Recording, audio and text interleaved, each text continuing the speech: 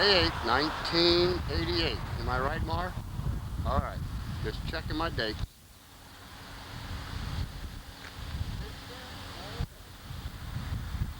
This is where they start the Space Camp Academy at.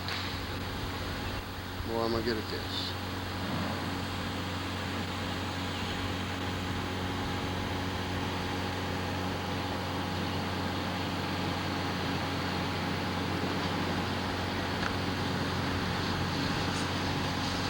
This is the back part of it, I believe.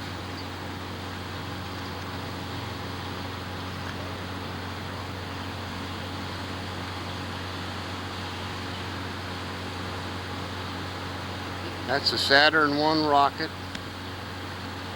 First one used, I believe, to shoot the monkey into space. Some of the other rockets behind the smaller ones that were developed here in Huntsville, next to the Saturn. Go ahead and say what you want, Mark. Space Center Museum, which we spent 3 hours in yesterday.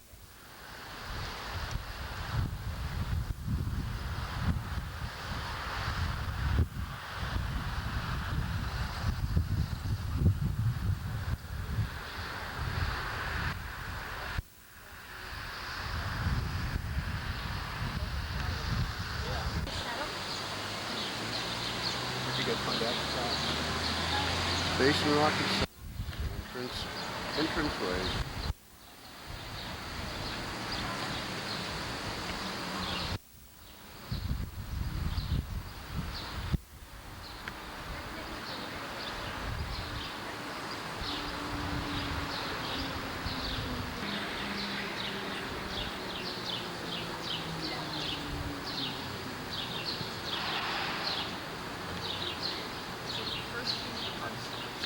Yeah.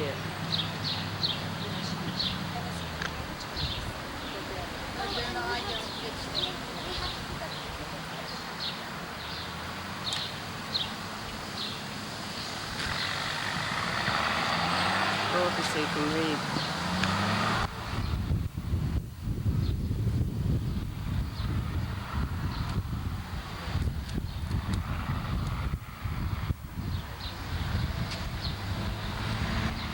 Far away picture of the space shuttle. We'll get a closer up one in a second.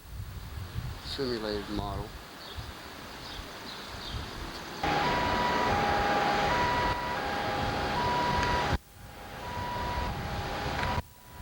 This is the space shuttle, Pathfinder, United States, NASA.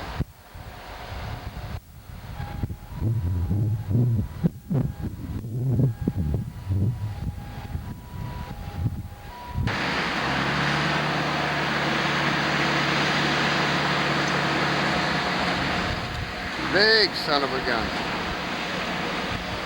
Big engines.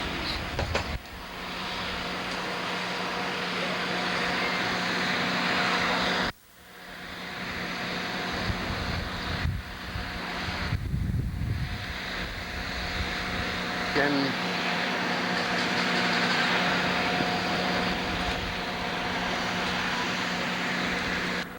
This is currently where the Space Camp and Space Academy kids slay. The big silver space, what they call space habitat. That's where they're going to stay from now on. It's supposed to be set up as a satellite space lab, and all the kids will be staying in that from now on. It's quite a thing. All electronic. Supposed to have the latest gadgets in it.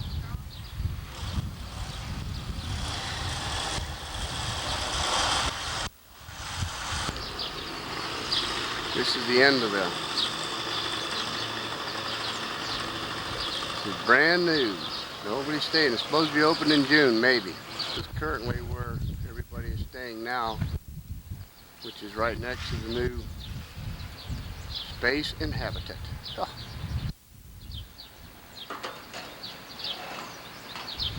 This is the back end of the space shuttle that they're now putting in place. We be used as simulators for later training.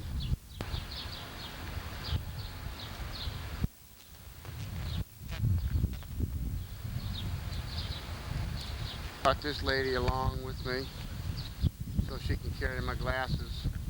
This is the producer, Maureen De Niro Fitzgerald. Do you have anything to say to your fans? No, you don't.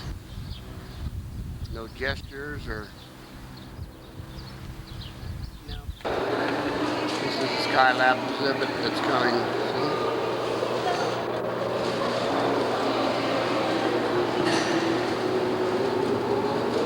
I don't know if I'm getting this all. Yeah, let's go see if we can find out. This is the exhibit of the lunar module.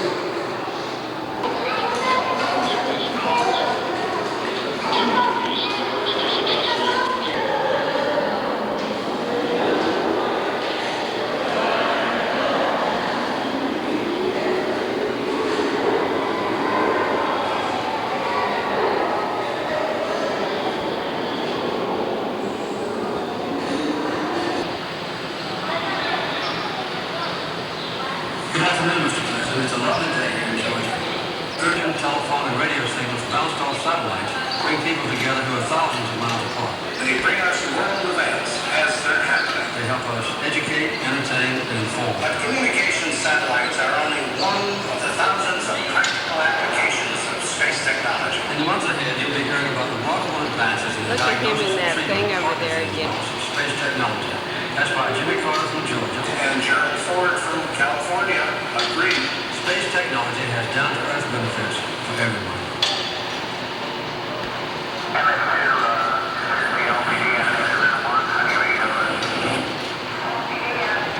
Go that.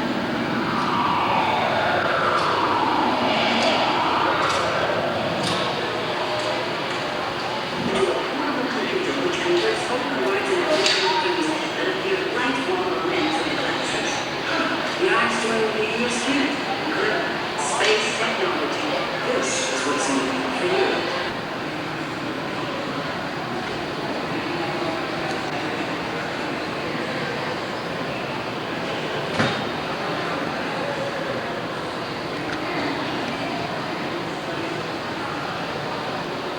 Back of Space Camp, Space Academy. Different rockets, different styles.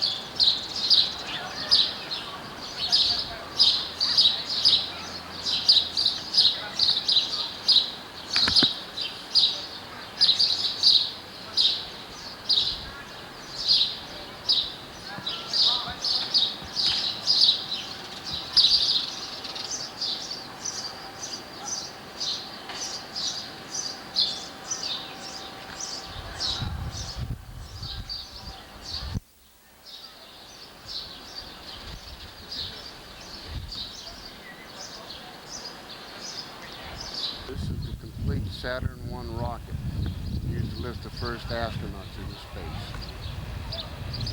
Big sucker.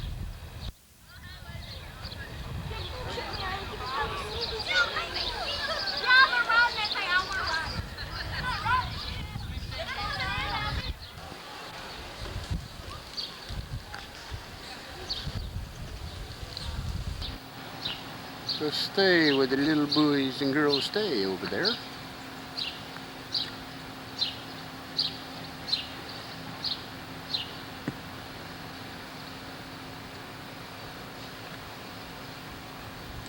And then the new park where all the space shuttles are going to be. They're just constructing it now.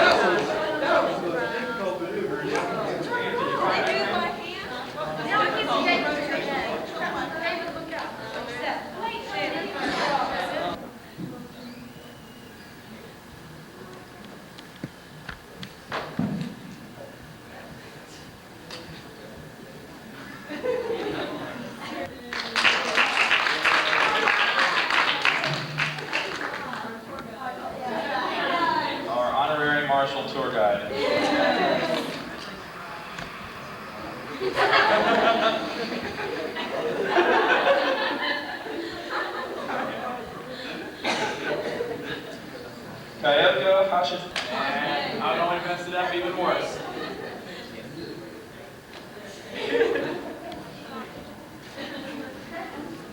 Okay, Dixie Tobin.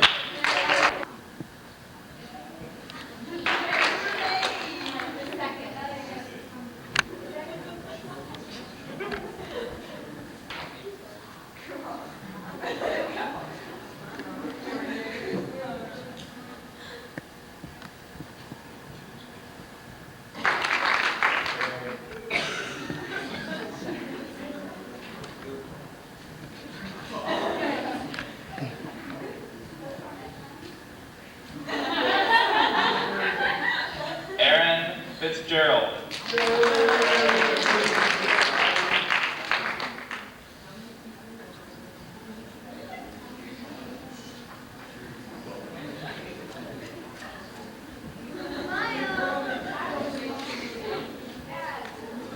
Luann Navram.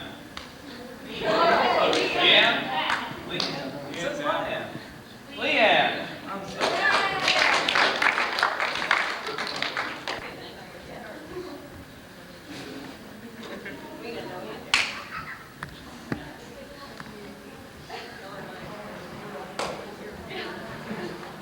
Shannon Wernaldy.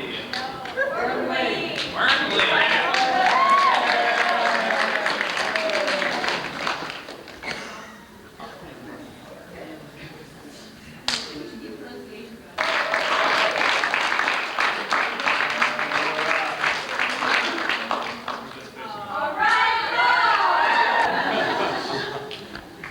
From the aerospace track, David Gardella.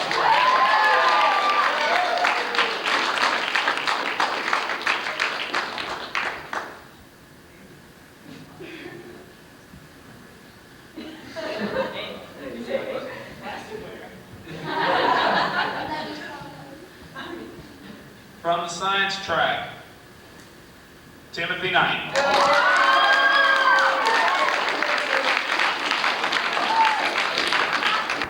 Your plane is scheduled to leave between now and 5 o'clock. You can meet at 1:30 as soon as we get out of here with your luggage in the George Bush room. That's a big glass room that leads up to mission control. And if your flight leaves after that, it's the usual 3 o'clock, correct? Meet in the Bush room at 3 o'clock, if you're not in that first group. Okay, well, there's nothing else to be said. That's it. Congratulations. The frontiers of space to any other nation. Without that presidential command decision that said this is my priority, nothing like that could have been accomplished. Space is almost by its very character a presidential issue. For a decade, the American space program was a stunning success, a direct result of the commitment of 2 presidents to lead through technology. Kennedy and Johnson picked on technology as a tool for government policy. But when they were gone, Kennedy's term cut short by a bullet, Johnson's ended by the pressure of the Vietnam War, the United States, the world's technological leader, lost its great commitment to space exploration. This is one of the launch pads that helped send us to the moon, worn and decayed since Apollo's last blasted off. After Apollo, none of the next 4 presidents made highly visible, long-term commitments to space. Without White House protection, NASA lost its special access to Congress. And with the national debt soaring, the new Office of Management and Budget, OMB, became increasingly aggressive in cutting costs. NASA became increasingly cautious. It began with President Nixon. I, Richard Bilhouse Nixon, do solemnly swear. Richard Nixon came to power at the height of the glory days. 7 months after he took office, the first Apollo moon landing took place. Go ahead, Mr. President. This is Houston out. Hello, Neil and Buzz. I'm talking to you by telephone from the Oval Room at the White House. For every American, this has to be the proudest day of our lives. That same year, NASA recommended to Nixon and his post-Apollo commission a next grand step for the space program. To create permanent space stations to explore the planet Mars with man. But Nixon rejected this grand vision, forcing NASA to abandon the space station and the Mars dream. Cost, of course, was an overarching consideration. The war in Vietnam was raging, and of course we still had a tremendous agenda in our cities. Confronting turmoil at home and abroad, Nixon demanded a cheaper approach to the heavens. A reluctant NASA scaled down its dreams to a space shuttle.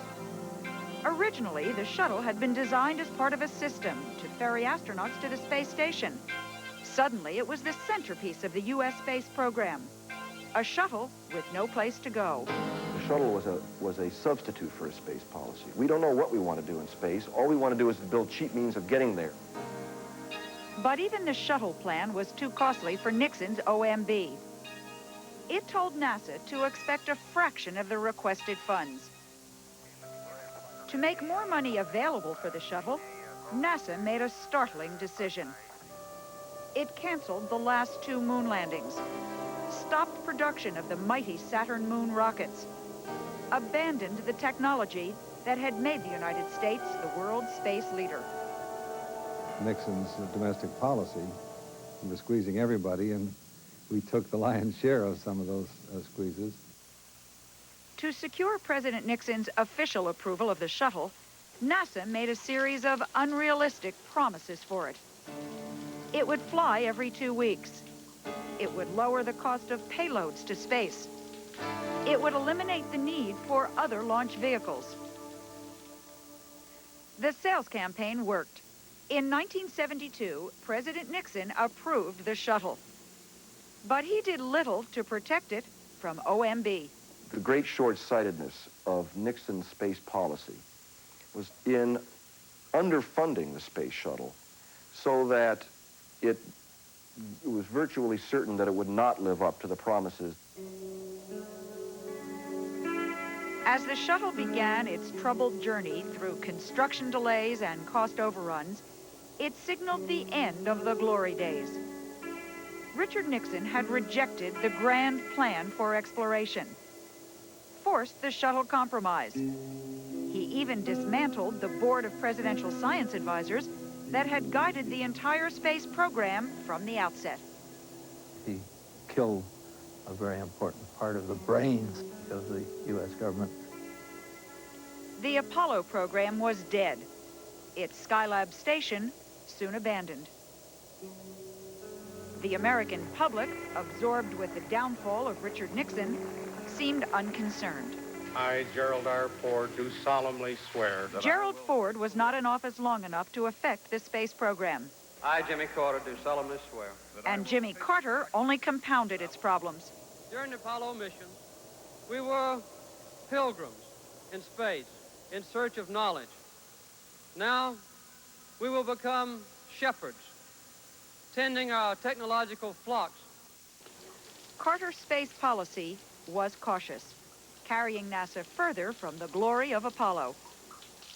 It is neither feasible nor necessary to commit the U.S. to a high-challenge space engineering initiative comparable to Apollo. He was among the most negative of American presidents for the space program. He was unwilling to put much money into the space program. Even as NASA was testing a prototype shuttle, Carter cut the orbiter fleet from 7 to 5. And he issued another presidential order that would have a devastating effect. It would make the shuttle the sole means of transportation to space for both NASA and the Pentagon. The nation's production of expendable rockets ground to a near halt. Carter had staked the entire U.S. space program on the success of the not yet completed shuttle. We had a pretty good stable of launch vehicles To have abandoned that capability has always seemed to me to be a particularly unfortunate set of decisions. The decision to depend on the shuttle to launch all U.S. payloads was an absolute disaster, which we will continue to pay for throughout the 90s. That was the situation Ronald Reagan inherited in 1981. I, Ronald Reagan, do solemnly swear that I will faithfully... He came to power having said little about the space program or its problems.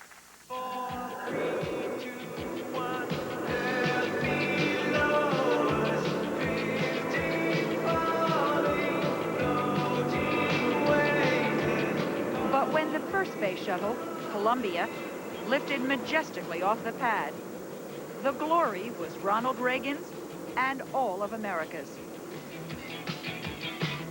The launch was a triumph for NASA. The U.S. was back in business.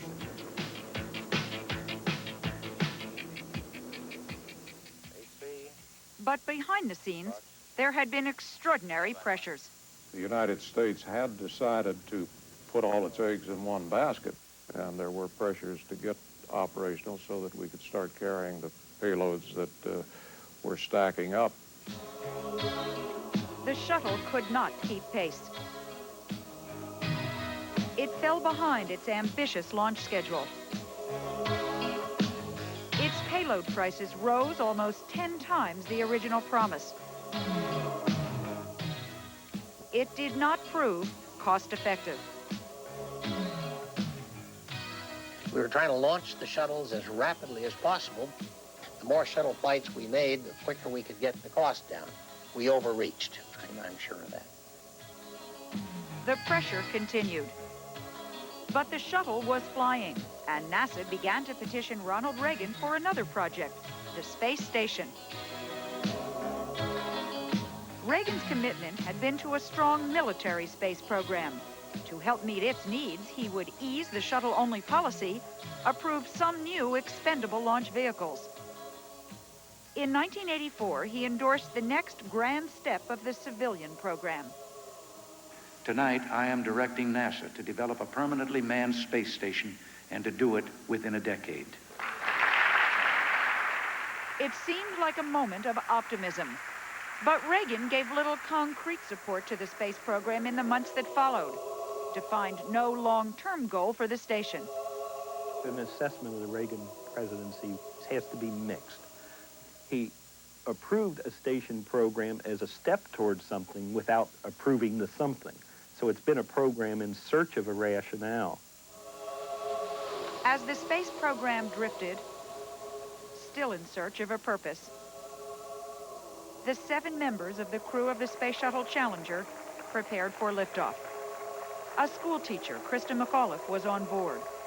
Around the country, children were encouraged to tune in live. 3, 2, 1, and liftoff.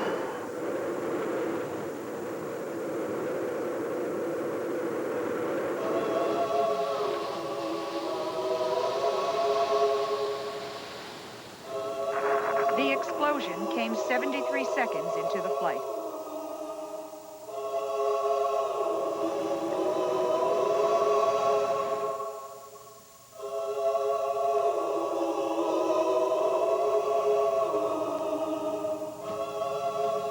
With the accident, the American space program, now almost completely dependent on the shuttle for transportation to space, was all but grounded. In the months that followed, report after report delivered judgment on the program's neglect. NASA's own counsel summarized. The United States is losing its leadership in world civilian space activities. A principal cause, the loss of focus and leadership within the United States. In the aftermath of the Challenger accident, President Reagan requested a 27% increase in the NASA budget. Finally endorsed a long-term human presence in space. The Reagan administration has been forced into a recognition that the country had for a decade and a half been underfunding the space program. We could no longer ignore that we had been living out a myth. Some critics say the action was too little, too late. Next, the impact of presidential neglect on human exploration of space and the space station. But that's not all. The real point is to allow American men and women the chance to accumulate the knowledge of living in space, so that we're no longer just visitors there, but permanent residents. As they circle the Earth at more than 17,000 miles an hour, the astronauts will be weightless, over time causing muscle and bone deterioration. So they'll be studying ways to counter those effects. They'll use this small centrifuge to simulate the gravity on Earth, and they'll put mice and even monkeys in the cages. The point? To create just enough artificial gravity to keep humans healthy for future long missions, say to Mars, or even back to the moon. It is a base from which we can build up larger vehicles, which can either carry us to the moon to establish a base there, or build up a Mars vehicle. The sooner we can get into space and become used to living there and dealing with the space environment, the better it will be for our space program itself. A space station is the only way to advance human exploration of the universe. But the problem with the U.S. station is that it doesn't exist, and won't for years. Its proposed schedule: construction in 1995, completion in 1997. This space station is real, and it's Russian. It is called Mir, which means peace. Not as elaborate as the American plan, but it is in orbit and in use. It's the 7th station the Soviets have occupied. The first was launched in 1971. By the time the U.S. station is operational, the Soviets will have almost 3 decades of experience with human ability to live in a space station. Already, the Russians have accumulated more than 5,000 days living there, while the U.S. has fewer than 2,000. Last year, Yuri Romanenko shattered all space endurance records by staying in orbit for almost a year. The Soviets have absolutely dwarfed the American experience with manned space flight. As the Soviets have accumulated more time in space, they have edged ahead of us with their space station. Not because their technology is more advanced, but because they have built their program on its previous successes, rarely discarding the equipment they've developed. We don't know how much Mir cost, but we do know that the Soviet system provides the kind of long-term funding it requires. With Mir, they are expanding the frontiers of knowledge about how humans live in a weightless environment. They are moving aggressively to learn more about artificial gravity. They are gathering invaluable data about how to become self-sustaining in space, making breakthroughs in recycling waste and water and urine. They are much farther along in being able to support a man in a closed life cycle system than we are. And they are making technological strides with an automatic docking system on Mir. Cargo, including food and fuel, is supplied by robotic spacecraft. It'll deposit its cargo. It will then detach and destroy itself in the atmosphere without the onboard humans having to lift a finger. We have not practiced that technology. The Soviet space station is not their only advantage. They have a reliable and varied fleet of launch vehicles, the backbone of their entire program. The U.S. clearly is ahead in technology, but the Soviets often seem to be ahead in accomplishments, in the robustness of their program, because they launch frequently. In fact, they launch between 90 and 100 times a year. They are close to launching a new space shuttle similar to ours. And they have a giant new rocket, Energia, capable of lifting 220,000 pounds, almost as powerful as the Saturn moon rocket the U.S. abandoned. Very obviously, it gives them a lot of capability. which we don't have. Energia will boost the Soviets towards their 21st century dream, to be the first nation to send humans to explore the planet Mars. That dream reflects the Soviet drive for space leadership and their view that space exploration, with the advanced technology it requires, is in the Soviet national interest. They are relentless in their support. They have a longer range commitment in the exploration of space than has ever been made in this country. If they keep going at the rate they're doing now, we're not going to be able to pass them. The American space station program has run into the same roadblocks as the last major project NASA fought for, the Space Shuttle. Only recently on the presidential agenda, the station, like the shuttle, is now being buffeted by congressional intervention. It was first proposed in 1969. In 1987, a new $14.6 billion plan was finally submitted to Congress. But with Congress most concerned about the national debt, the station was subjected to an unwieldy set of budget reviews from 4 committees and 5 subcommittees. Congress cut station funds, mandated its own design requirements. It is still unclear whether the station will survive. There's a real question whether you can do a long-term program like space in normal American political style with the annual budget reviews, budget committees. Congressional intervention, lack of presidential purpose, lack of money. Taken together, they have led to a flawed development plan, one that is not realistic, with hidden problems and delayed costs. Problem 1, dependence on the shuttle. The current plan is to build the station piecemeal from the shuttle. But many experts doubt that's possible. It can carry only 40,000 pounds per trip. So it could take 20 flights, more than a third of those scheduled between 1995 and 1997. The judgment of a key review committee?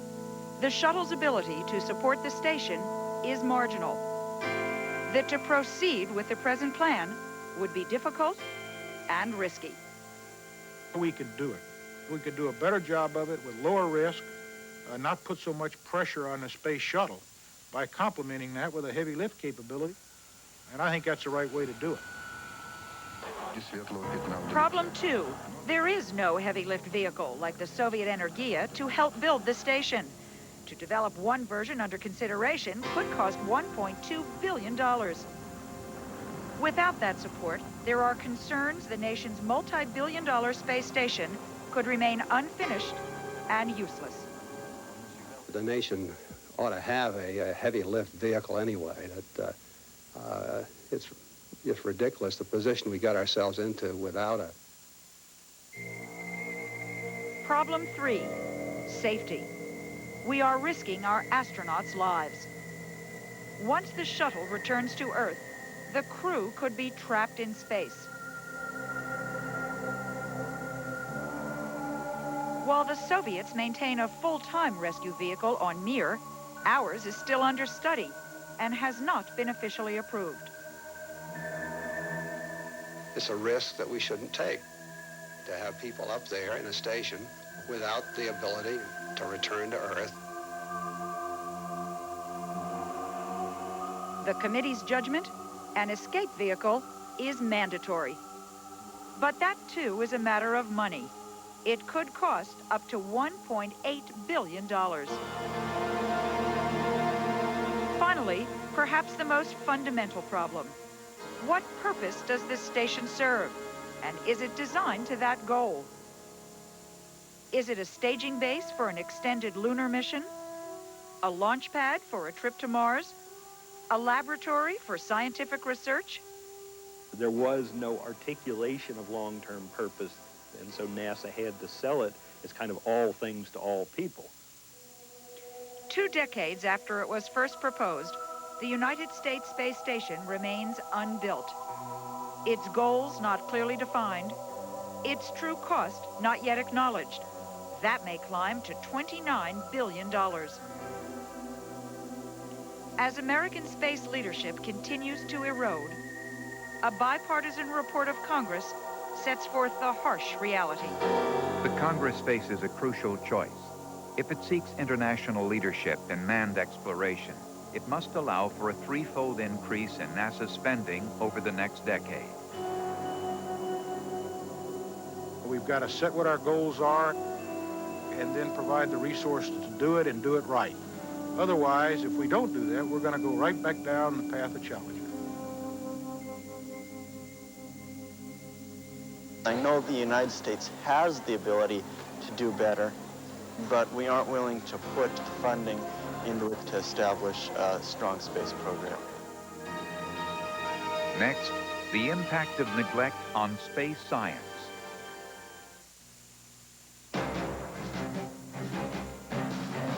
Because Citicorp understands the drive to succeed, to do more than just get by, we've become the nation's largest financial services company, already helping 1 in every 5 American families, with more student loans, more home mortgages, more MasterCard and Visa cards than any other company. Citicorp and Citibank, we'd like you to get to know us better. Citicorp, because Americans want to succeed, not just survive. Susan, can we talk? Sure, Dad. You notice anything different about Mom? She's acting pretty wild for her age. Well, I don't just mean the roller skates. And the motor scooter. She even borrowed my new dress. Come on, Dad, what is it? A balanced diet with the right vitamin nutrition helps people get more out of life. Some are finding Kellogg's Product 19. 100% of 12 vitamins and minerals. Feel good about yourself. Not the, rubber dress. Feel like 19 again. If you want great tartar control and a great deal more, new Tartar Control Aquafresh will knock you over. It reduces ugly tartar buildup and more. It also helps remove plaque for healthier gums and more. It fights cavities with fluoride and more. It's got a taste that beat the leading brand. Great tartar control, great taste, and a great deal more. New Tartar Control Aquafresh. Beyond the Shuttle with Lynn Shure will continue in a moment. They've got soul, but we're having all the fun, like John Candy getting in shape with Rick Moranis, Eugene Levy, and workout king Martin Short. You betcha. The best of SCTV, Wednesday at 9/8 Central. From Arkansas's News and Information Center, this is Channel 7 News Brief. Brought to you by Taco Bell. Good evening, I'm Lowell Dio. 6 electoral votes are at stake in Arkansas, and Democratic presidential nominee Michael Dukakis wants them. He's making a campaign swing through Little Rock tomorrow, his 5th. And Texans are rushing food, water, and other necessities to the victims of Hurricane Gilbert in Mexico. Now this. Get the only chicken grilled at the border. New grilled chicken fajitas. Taco Bell has a road to make a run for the border. Join us at 10. There's a new sound floating around. Chicken being grilled at the border. Taco Bell introduces grilled chicken fajitas. Juicy strips of marinated chicken. And everything it takes to make it as good as it sounds. The new grilled chicken fajita. At only $1.39. You gotta go for it. Taco Bell has a road to make a run for the border. Rain is on its way to Arkansas. We'll have the full story at 10.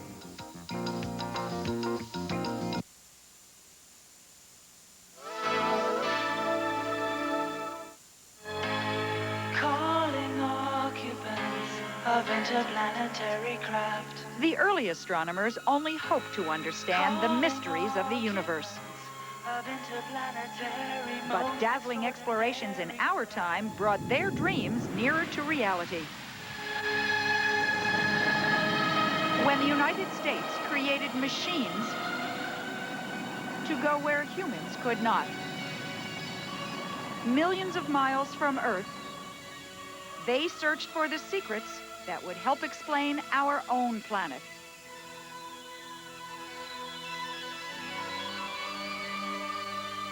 Clues to how our globe evolved from our closest neighbors, Venus and Mars. From Mercury, they sent these photographs of a cratered world with boiling days and ice age nights. From Mars, the red planet, evidence that rivers once flowed in a world that might once have supported life. American spacecraft landed there. Others flew off to more remote planets. Back on Earth, we listen to the sounds of deep space. Examine time-lapse photos of Jupiter, an uninhabitable globe of gas with 300-mile-per-hour winds. From exotic Saturn, breathtaking pictures of the planet's ice-filled rings.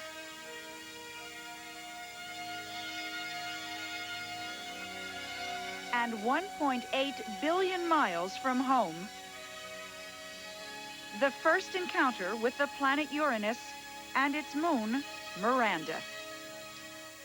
You have to look at these first few decades of the space science program as explosive in nature. We began to see the Earth in the context of the evolution of the universe. The United States will be in history books remembered all the time because we got to the farthest point. In 2 decades, we learned more about our solar system than in all of history. We were first in many areas and got in the habit of being first. And then something happened, and we kind of lost it. Suddenly, it was over. The last U.S. planetary mission was launched in 1978. The American space science program is perhaps the most tragic aspect of our whole sorry space saga. As the United States space program fell into a survival crisis, the Soviets positioned themselves to take the lead in the next stage of robotic exploration. In the decade since the last American mission, the Soviets have launched 12 planetary probes. It was classic tortoise and the hare. We went to sleep. The tortoise has been going right along. 1983, the radar of the Soviet Venera missions cut through the clouds over Venus to produce detailed maps of that planet. The tortoise is bigger, stronger, much better organized. 1985, the Soviet Vega probes send landing craft onto the sandy soil of Venus. Then the Vegas fly on to their historic encounter with the comet Halley. They relay these computer images.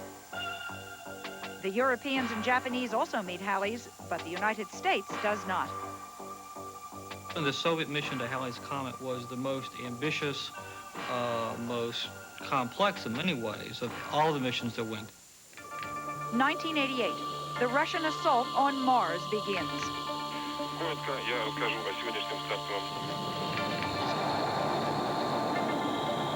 Stage 1 this past summer. 2 robotic spacecraft are launched toward the Martian moon, Phobos, to study its environment. One falters, but the other flies on. Stage 2, the mid-1990s. Another Soviet spacecraft is to head for Mars itself, carrying the first vehicle able to roam across its surface. They have said we are going to lead in planetary exploration. Stage 3, the late 90s. Another Soviet trip to Mars, to bring the first Martian soil samples back to Earth. Going to Mars is a very, very difficult project. They are developing the infrastructure that will permit that kind of a mission. The final stage. Near the year 2015, Soviet automated supply vehicles are to arrive on Mars to provide support for the first human interplanetary journey. I don't see why we can't do it. The Russians don't have any more technology than we do.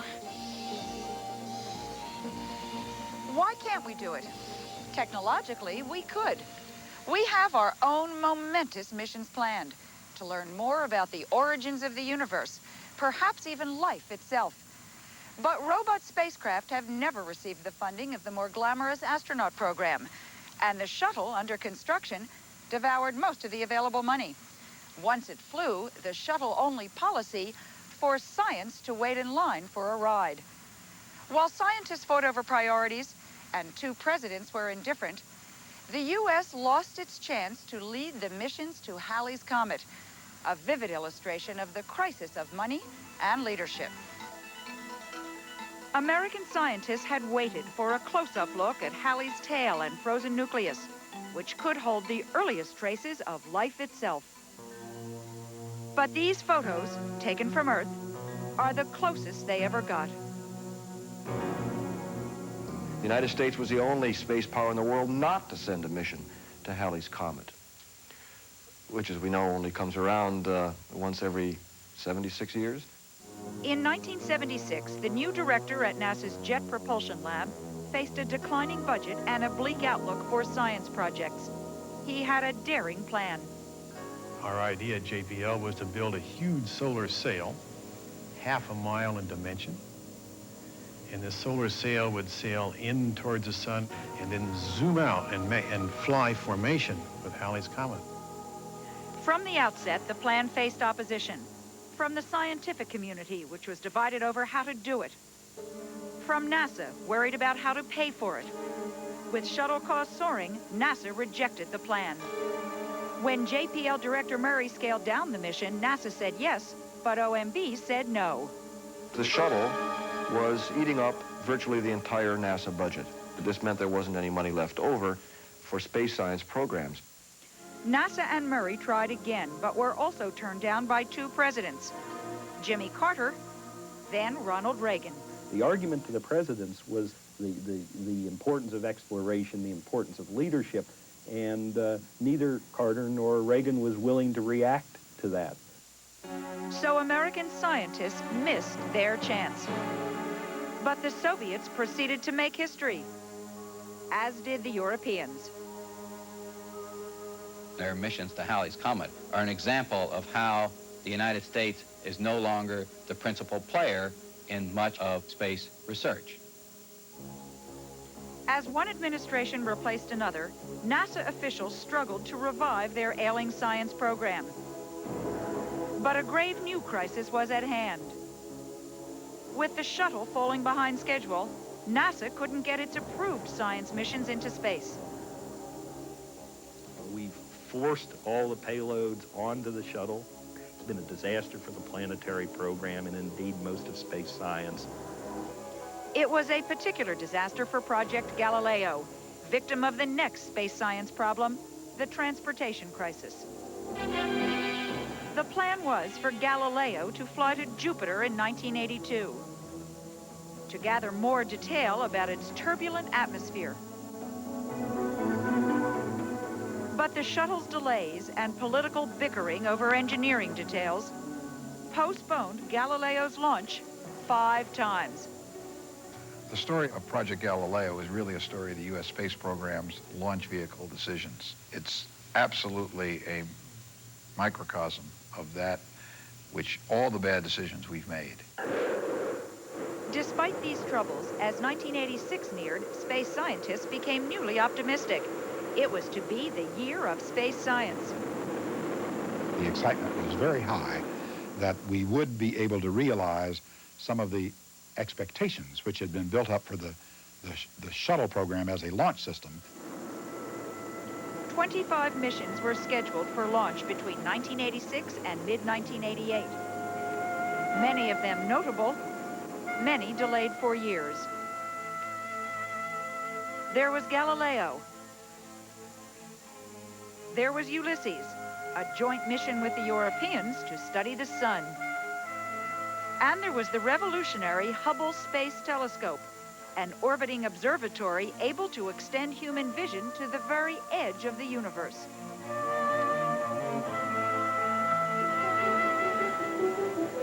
On these waiting missions rested the hopes for recovery of the besieged American science program.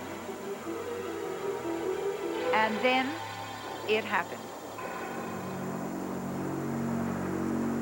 The Challenger explosion raised many of the mission costs, set back the average mission another 3 years.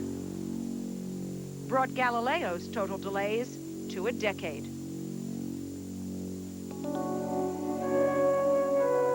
In the end, simple numbers tell the story of the program's deterioration. In the 1960s, there were 85 United States launches of science payloads. In the 1970s, there were 47 launches. From 1980 through 1985, there were 14. Since 1986, there have been none. The conclusion of a major study? The present crisis in launch capability has crippled the American program. The Soviet Union is now the leader in space science. Beyond the Shuttle, an ABC News Close-Up. Brought to you by Team Xerox. We document the world. From the moment you create a document, Xerox can make it the best it can be with workstations and typewriters that easily change, correct, or revise anything. With printers so intelligent, they turn mountains of material into perfect presentations. Business publishing systems that compose documents so sharp and crisp, they make your whole company look good. Copiers so advanced, they enlarge and reduce without slowing down. Electronic filing and networks to store and share any document. And of course, Xerox fax machines not only send you your document, but let you know it got there and guarantee delivery.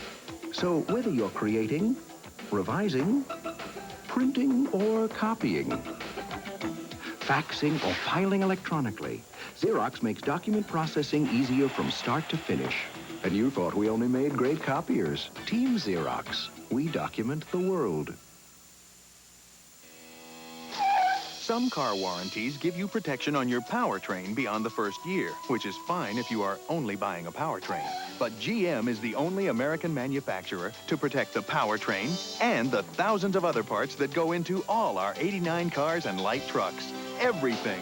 For 3 years or 50,000 miles. It covers parts, labor, and towing. The GM Bumper to Bumper Plus warranty. Longer protection for more of your car or truck. What's for breakfast, my pet? Nuttin', honey. Hey, that's not nuttin', honey. Those are biscuits. Right, nuttin', honey, biscuits. You mean there's nuttin' in those biscuits, honey? No, honey, I mean there's nuttin', honey, in the biscuits, honey. So where's the nuttin', honey? In the biscuit. In the biscuit? Introducing new Nut and Honey Crunch Biscuits. Wholesome shredded wheat with that special nut and honey taste inside. Hey, Wanda, there is something in this biscuit. Kellogg's Nut and Honey. Now in flakes or biscuits. Crunch. Critics' Choice. Cheers to ABC's Good Morning America for aggressively pursuing breaking news stories. It obviously tries harder. Weekdays at 7 on ABC. When 19th century writers first envisioned the escape from Earth, they didn't imagine the opportunities waiting for them in space. But our 20th century voyages have made scientists aware of the limitless frontier and have provided new opportunities for leadership in the 21st century. Among these options, the chance to look back from space at our own planet. Life does not exist elsewhere in this solar system. It is a rather unique and magical phenomenon. If we wish to preserve our fragile planet, the study of Earth could be the most critical option. Data from space could help us understand and perhaps repair the damage we are imposing on our world. The acid rain that is killing our trees, polluting our water. The greenhouse effect, warming the planet by up to 9 degrees in the next century. The destruction of ozone, the gas that shields us from the sun's rays. These satellite photos were the first real proof of the ozone hole over Antarctica. Dramatic evidence that space can be used to identify the growing environmental problems here on Earth. But NASA is spending less than 5% of its budget on our troubled planet. There is no other choice but to simply mount the kind of scientific program that will tell us how the Earth is changing. NASA has just such a plan, but it would double its Earth science budget to almost $1 billion and is still uncertain. There are other opportunities for leadership in the 21st century. Among them, expanded commercial development in space. That means launching satellites for profit, or selling the services of new satellites that send back Earth images to aid in farming and development. But in both areas, the French have already seized almost half the world market. The Soviets and the Chinese are also selling launch services. The Japanese soon will be. But the shuttle-only policy has slowed U.S. plans. A third commercial possibility: orbiting factories to produce new medicines and materials. Here, the Soviets clearly lead because of their space station. We simply haven't had that kind of experience. And there are other options to stir the spirit in the 21st century. New space science missions. The space station. A permanent lunar base. Recommended as a goal of the space station, still no presidential response. Finally, the most perilous option: to send humans to the planet Mars. There's no question that Mars is the great destination of humanity in the 21st century. Mars, 35 million miles from Earth at its closest point. Scientists now say the journey will be possible.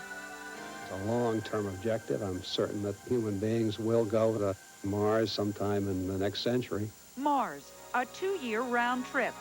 No nation yet has the ability to keep humans in space so long, or the power to propel them so far to the surface and back. But the Soviet Union has the will and the advantage. I'd say if there was a race to be the first to land people on Mars, they would win. It's that simple. The Soviets have suggested a joint Mars mission with the United States. So far, no U.S. response. As the U.S. falters, other nations move eagerly to reap the technological benefits of space exploration. Giving up our edge could threaten our economic strength. In 1987, a distinguished panel concluded this about NASA's technology base. It is inadequate to support advanced space missions. In the end, it is a matter of choice. U.S. policy said a generation ago committed us to be first in space exploration. But as we've seen, that takes continued commitment and money. If this nation wants to be a leader in space in the 21st century, the next president must have the vision to set a goal and the will to implement it. So far, neither of this year's candidates has presented such a plan. Perhaps they believe the public doesn't care. If so, we should step back, save our money, and let others pioneer. But if we want to lead, we must tell our elected officials and urge them to set a new course. The choice is ours.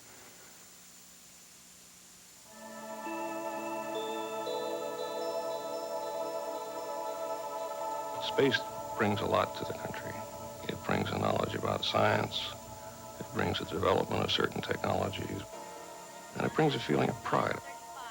Columbia's crew has completed final pre-flight checks and is ready for liftoff. Loading of the external tank is nearly complete. The nation is only as strong as its technology. If we don't lead the world into space, then it's going to be done by someone else. 2, 1. Booster ignition. Liftoff.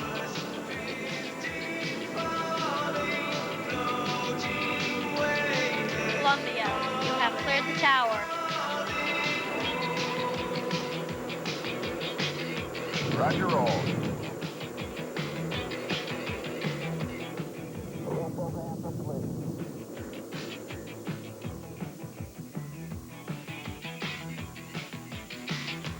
Columbia, Houston, you are looking good.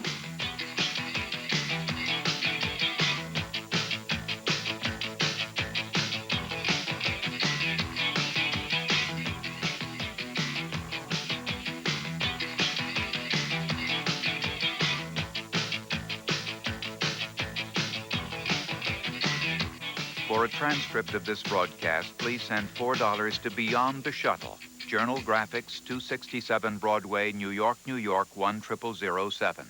This has been a presentation of ABC News. More Americans get their news from ABC News than from any other source. This is ABC.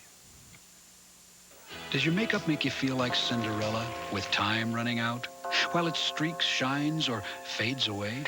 You need Corn Silk to absorb the excess facial oils that cause lesser makeups to break down. Corn Silk, makeup that lasts for beauty that lasts. You don't need the discomfort of your period, but Tylenol, Advil, or Midol 200 only leave pain behind. You still may have tension and water gain, so do it right. Take Pamprin. It relieves pain, tension, and water weight gain. Pamprin, period relief, not just pain relief.